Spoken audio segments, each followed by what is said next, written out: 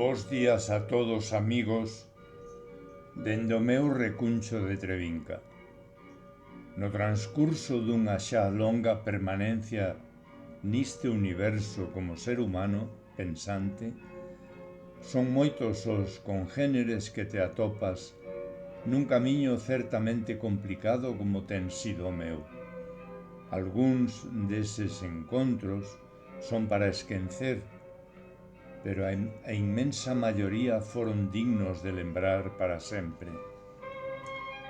Especialmente nesta etapa na que estou a vivir nestes momentos, que sen dúbida é a máis fructífera de todas as vividas, pola riqueza cultural da que dispoño ao meu redor, grazas aos mestres que acompáñanme no grupo cultural Nosa Xente do Redor. Unha desas destacadas mestras da palabra, da que me encho de orgullo de ser amigo, é Charo Golmar, que dende que teño o prazer de coñecer, achega á miña vida unha paz e un consolo difícil de explicar, pero que logra con esa capacidade xigantesca que ten para chegar ao corazón coa súa poesía. Hoxe, niste espazo das madrugadas, correspóndelle a quenda a esta maravillosa muller, o cal me permite o prazer de poñer voz ao poema que Charo nos regala no número 21 da nosa revista, titulado A Forza da Palabra. A forza da palabra. Hai palabras espiñentas que apreixan as raiolas de sol, feren o torso tépedo da mañá, agatuñan polo lombo do ocaso e quebran as estrelas de ámbar.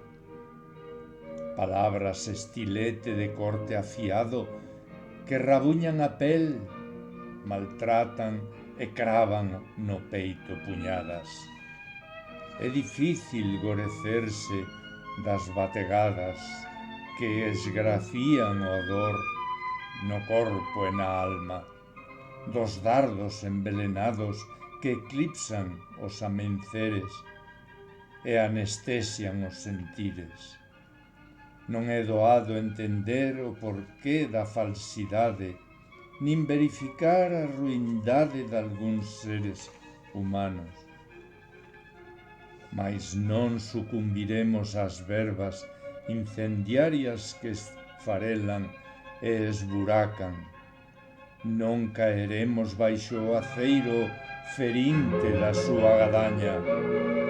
Non borrarán o latexo teimudo da luz, poñendo ao descuberto a historia e a verdade.